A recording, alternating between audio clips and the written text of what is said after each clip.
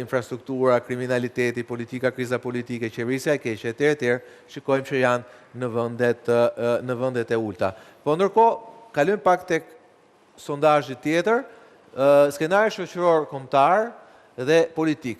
Në përgjithësi Shqipëria po ecën në drejtimin e duhur ton 50.2% e qytetarëve. Në drejtimin e gabuar 38.7%, as në drejtimin e duhur, as në atë të gabuar 11.1%. Nëse ju kujtohet, themi kjo gjysma e tortës blu, që presupozon drejtimin e duhur, ka një ndryshim të lehtë pra shtuar, ka qenë diku ke 49.1%, tani është 50.2%, por sigurisht kjo është brenda edhe marzhit të gabimit. Në përgjithësi pra janë të dhëna stabile që tregojnë që nga java në javë themi opinioni shqiptarëve për vendin e tyre është thuajse i pandryshuar. Ndërkohë, besoj kolegët i kanë edhe sondazhet e javës kaluar. Shikojmë atë, ju lutem në regjia mund të fuset e grafikat e animuara. Opinioni për Edi Ramën si vlerësim politik, 51.6% është pozitiv, 45.2% është negativ. Shikojmë që numri atyre që nuk kanë akoma një mendim apo opinion është 3.2%. Më shtuaj se brenda marzhit gabimit, pra i bie shqiptarët e kanë një ide të qartë, një opinion të qartë për Edi Ramën si politikan, shumica prej tyre anojnë tek opinioni pozitiv. Ndërkohë, kalojmë tek Sali Berisha. Sipas sondazhit të Anxhiri Çerke, tu shikojmë që opinioni pozitiv për Sali Berishën është 33.6%. Është rritur apo jo? Do ta shikojmë pas pak. Ndërkohë, negativ mbetet 64.5%. Ndërkohë, njohja, kjo është një dhënë shumë interesante për të kuptuar dhe saksinë e sondazhit. Njohur pra nga të 99, pse është e rëndësishme kjo? Për të treguar që në fakt shumica e shqiptarëve ka dhënë një opinion për politikanët shqiptar. Ndërkohë kalojmë tek opinionit për politikanin tjetër, për Ilir Medën, pozitiv 11.5%, negativ 83.8%. Kalojmë tek Adriatik Lapaj. Adriatik Lapaj, opinioni pozitiv 35.8%, negativ 35.3%. Agron Shejaj, pozitiv 33.7%. Në fakt, tu ka një kuriozitet, do doja pak të kthehesha, tek Sali Berisha. Po ta shikoni tek Sali Berisha, opinioni për Sali Berishën, një sekondë lutem, është 33.6%. Pse ju a tregoj këtë shifër, pra është një shifër që pothuajse barazohet në opinionin pozitiv për Agron Shejajin në 33.7%. I fundit është për Arlin Qorin, opinioni pozitiv 22.8%. Atëherë të marrim dhe të krahasojmë opinionet për të gjithë ta politikanë. Është kjo tabelë, lutem atë regjia nxjerrni edhe tek tabela tek ledi kryesor, në mënyrë që ta diskutojmë dhe me kolegët e mi. Atëherë çfarë shikojmë? Shikojmë që ka një opinion në rritje për Edi Ramën, ka një opinion në rritje për Adriatik Lapajn dhe ka një opinion themi tjetër, një opinion themi në zbritje për 3 të tjerat. Pra edhe për Agron Shejajin, edhe për Sali Berishën, edhe për Arlin Qorin. A kemi idese që lëvizje ka pas? Ja, lëvizjet janë të vogla, nuk janë lëvizjet mëdha. Pra nëse Rama besoj unë ka qenë 51.2. Pra janë shifra, por nuk e di sa vlerë kanë. Pra ne thash, ajo që më bën mua përshtypje Skënder është fakti që opinioni pozitiv për Agron Shejajin barazohet me atë të Sali Berishës. Çfarë do të thotë sipas teje? Kjo do të thotë që Sali Berisha është keq. Ishte edhe më keq javës mund ta përmbledh me një frazë, por kjo ishte më shumë batut. Ishte edhe më keq nëse. Kjo tregon nëse unë qëndroj batutës tënde. Po pra, kjo tregon që në vend që Berisha t'ishte duke konkuruar me vendin e parë, sepse aty i takon të jetë me Edi Ramën, e shohim mes dy politikanëve të rinj, çka tregon se në qoftë se ti je zgjedhje e tretë ose e katërt si figurë politike, pretendimet për të qenë kryeministër në 11 maj modifikohen, paktën pas këtyre shifrave. Megjithatë Skënder. Nuk mundesh ti të jesh i padëshëruar i dy ndër 3 votuesve dhe të jesh drejtuesi i vendit. Dakor, megjithatë ne jemi duke folur për shifra. Ky është vendi i parë. pra Rama. Vendi 2 është Lapaj, Sali Berisha ishte vendi 4 apo? Po.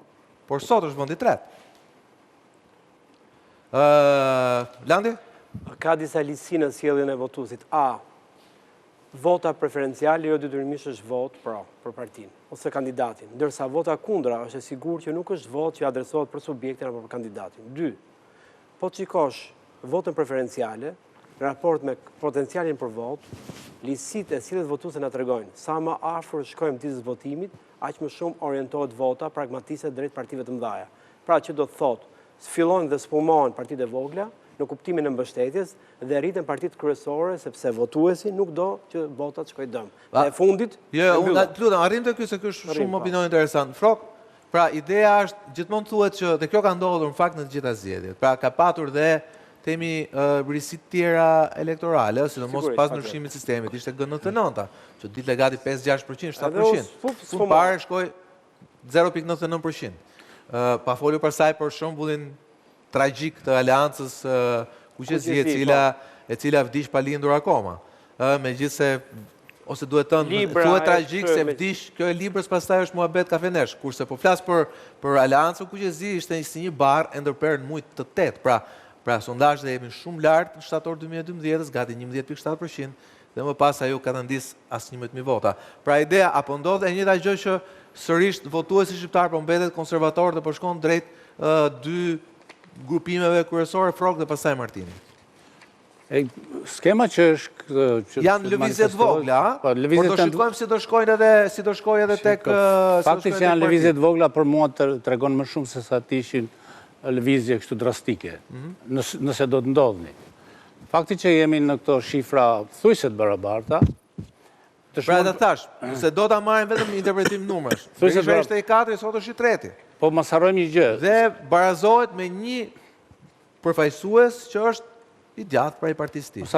Mos harrojmë një gjë se në të dy rastet ka dy fenomene, nuk është i njëjti fenomen. Ka fenomenin e një partie duke u ngjitur, që ka arritur të ngjitet në 33.7. Dhe ka një parti tjetër që ishte lart dhe po zbret dhe takohen rrugës.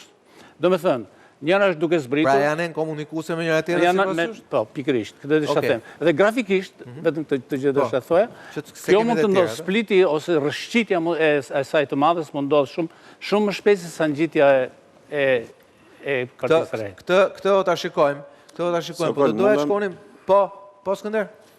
Unë mendoj që këtu na del dhe njerë skema që ne e komentuam javën e kaluar, që njëri nga kulmet e shtëpisë vjetër politike ka rënë, sepse dy krerët e njërit panel janë 11%, 33%. Ndërkohë që Rama ruan kuotat dhe në kohë të këqija kur... I rrit paksa, po jemi brenda marshit gabimit. Në kohë të këqija kur elita tradicionale, historike, se këtu është si Rama, si Berisha, si Meta, kur kjo elit detyrën kryesore ka të ruaj kuotat, sidomos kryeministri socialist, sepse po aplikon për mandatën e 4-të, nuk është më i pari dhe i dyti. Po, do të thotë, aje ka shumë të rëndësishme të ketë stabilitet shifrash, ndërkohë pala tjetër do ta kishte edhe më të domosdoshme, të kishte rritje shifrash. Ne shohim nga java në javë që ka një stagnacion dhe këtu gjallojnë partitë e reja për mendimin tim, jo aq për merit, se sa për shkak të këtyre votave vakante që kanë mbetur nga rrëzimi i Berishës dhe i Metës. Ose është duke rënë dikush do... Nuk ka vakum, salla parlamentit do mbushet. Do ta shikojmë, nëse ka një përputhje midis perceptimit liderit dhe perceptimit partisë. Dhe 3 elementë. Vazhdon akoma që lideri i Partisë Socialiste është më përpara se vetë partia, që do të thotë ka akoma hapësirë për ta tërhequr partinë, për ta çuar drejt votave të tij, ashtu si e preferon publiku. Zoti Berisha ka filluar të afrojë ose të përafrojë shumë votën e preferencës ndaj tij me votën e partisë, po pa e ka përcyer akoma partinë, pra nuk e tërheq partinë, po të paktën ka shkuar në momentin që barazohet me partinë, ndërsa është pak më poshtë. Afër, pothuajse 33, 37% nuk lëviz një gjë e fundit. Dakor, jo, po ato që dinë tani. Dhe aspekti tjetër që për mua ka interes të thuhet është që nëse marrim objektivin që ka opozita e cila synon të fitojë zgjedhjet, nuk ndodhë ligjësitë e sjelljes politike që shkalla e mos pëlqimit të jetë rreth masës 60% ku ti pretendon të marrësh 50% votas për të fituar. Martin, ndërkohë shikojmë pak grafikun tjetër, lutem, që besoj duhet të jetë o i fundit ose i parafundit për këtë pjesë, miratimi apo jo i Edi Ramës si kryeministër.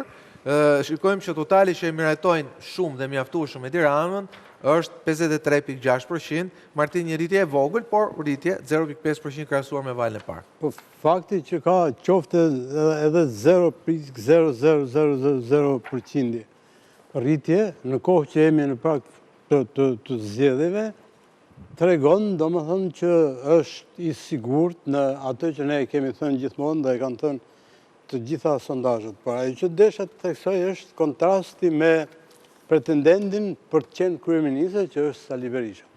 Ti vendose 2 tresha aty, nuk mund të ketë 2 tresha.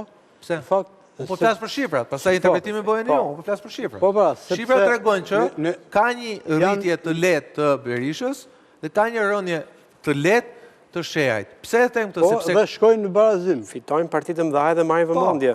Problemi është që ka... ta shikojmë nëse do të nxjerrin në shifrat e partive. Po të shojmë metodologjinë e përdorur dhe fakti që na thonë që Sali Berishën e njohin 99.ca. Po për gjithë është ajo, për gjithë. Ja për kuriozitet.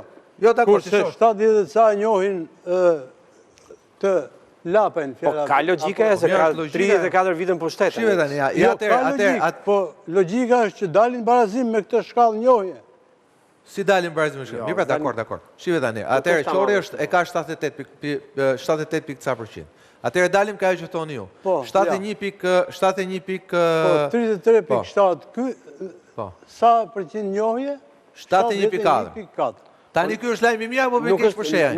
Nuk e kanë favor atë. Se kanë favor, ato kanë përshtypjen. Ato që se njohin nuk e kanë favor. Sepse në momentin që këtu 100% e shqiptarëve e kanë një opinion për Sali Berishën. Po, edhe për Edi Ramën. Dhe për Edi Ramën. Ky nuk e kanë për këtë favor, zotrin, ja nuk e njohin shumë, po nuk kanë një opinion shumë ndryshe nga sa e kanë për Berishën. E kupton?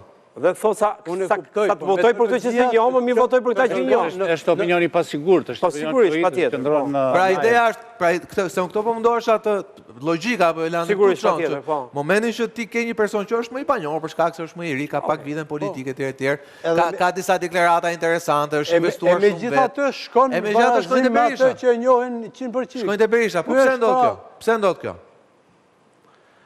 Pse ndodh kjo? Se njerëzit duan pse nga ju? Më thoni pse? Le të jemi pak realist. Njerëzit, kur kanë këtë shkallë mos njohje, jo detyrimisht të besojnë për të votuar. Pasi e kanë më riskun të vogël të shkojnë tek 2 individet që i njohin, për mirë apo për keq, se sa të votojnë dikë që se njohin fare. Pra, Berishën dhe Ramën, oj do, ose i preferon, oj urren. Ndërsa, kandidatë që po flasin, një pjesë e mirë nuk i njohin. Dhe në shkallë mos njohje, askush mund të votoj. Megjithatë Lami ka një Kjo është kontradiktore. Nuk është kontradiktore, është logike. Është kontradiktore sepse në qoftë se atë nuk e njohin dhe shkon në barazim me atë që e njohin 100%, kjo është plus për këtë dhe minus për zotërin tjetër. Sigurisht, patjetër. Për këtë zotërin. Për këtë në rastin e Berishës po. Në rastin e Ramës jo. Puna është, Martin, puna është. Po këtë po unë dua të votoj, unë nuk dua të votoj as Saliun, as Edin. As piktorin, as doktorin. Shkoj ke ai tjetër. Do ndali peshkatarin. Po pra. Peshkatarin të jetë si doktorin. Më falë. E kupton? Nuk është. Prandaj, po, Skënder. Njohjen dhe mos njohjen nuk mund t'i marrim si nocione, si koncepte të ndara nga ajo çfarë këta politikanë thonë. Ma le ta sqaroj. Në qoftë se Sali Berisha njihet nga 99.3% dhe Edi Rama po aq, sepse kanë kjo rrethan mund të jetë mirë sepse tregon popularitetin dhe faktin që nuk ka shqiptar që nuk i njohin praktikisht. Dhe që s'ka një opinion, pra e kanë opinionin. Por nganjëherë unë s'të votoj ty edhe sepse të njoh shumë mirë. Do të thotë të kam parë çka ke bërë. I sekond nuk po flasim për Ramën dhe Berishën. Rama dhe Berisha janë dy realitete të tjera, pra të lutem, të tregova një rast. Po flasim për një parti të re, po flasim për një drejtues tri politik. Sepse nuk mund të jetë që Sali Berishën ta njohin 99.3 dhe ta përkrajnë 33.7. Në këtë rast, njohja nuk është avantazh, është madje dizavantazh. Siç mund të jetë për këta të tjerët që nuk i njohin mirë, i kanë dëgjuar dhe priren të votojnë diçka të re. Por nëse do ta njihnin mirë, si për shembull, nëse do vinin pushtet, do bëheshin ministra, dhe do fillonin të vinin si këta parët, atëherë do t'i njihnin gjithë dhe s'do i votonin më. Dakor. Dhe dalim te kjo rrim që thua ti, po ta marrim ta ngushtojmë. Nuk harkun ta bëjmë një javë. Lëvizja është e vogël, është brenda marshit gabimit. Por ajo që ne shikojmë për drejtuesit politikë, si shikojmë te tabela këtu, dhe këto nuk mund ta mohojmë dot, se këto janë shifra. Pra ka një rënje me shtimin e njohjeve, ka një rënje të dikujt dhe ka një rritje të dikujt tjetër. Sigurisht pyetja e madhe është për një që e njohin, që vazhdon dhe rritet akoma, dhe që ky është Edi Rama. Megjithatë, do doja të bëja, para se shkoja në pjesën e dytë, do shkoja me tabelën e fundit. Tabela e fundit është pyetja e re që është shtuar në këtë sondazh. Votoni më shumë për kandidatin apo për partinë? Dhe shikoni rezultatin si është. 39.6% votojnë për partinë, dhe ndërkohë 38.4% votojnë për kandidatin. Njësoj është 22%. Tashi m'dil pak te kamera e Elios, tani këtë si do ta ndash, edhe këtu dyshin po ta ndash, Elio, prisë na punoj lapsi. Është pothuajse 50 me 50. Edhe është 50 me 50. Edhe po i shkojmë edhe këtij dyshit mes, se bëhet 11 ne 11 ande, është pothuajse e barabartë. Si votojnë për partinë, si votojnë për kandidatin, opinionet janë njësojta. Shkojmë publicitet dhe rikthehemi me njëherë.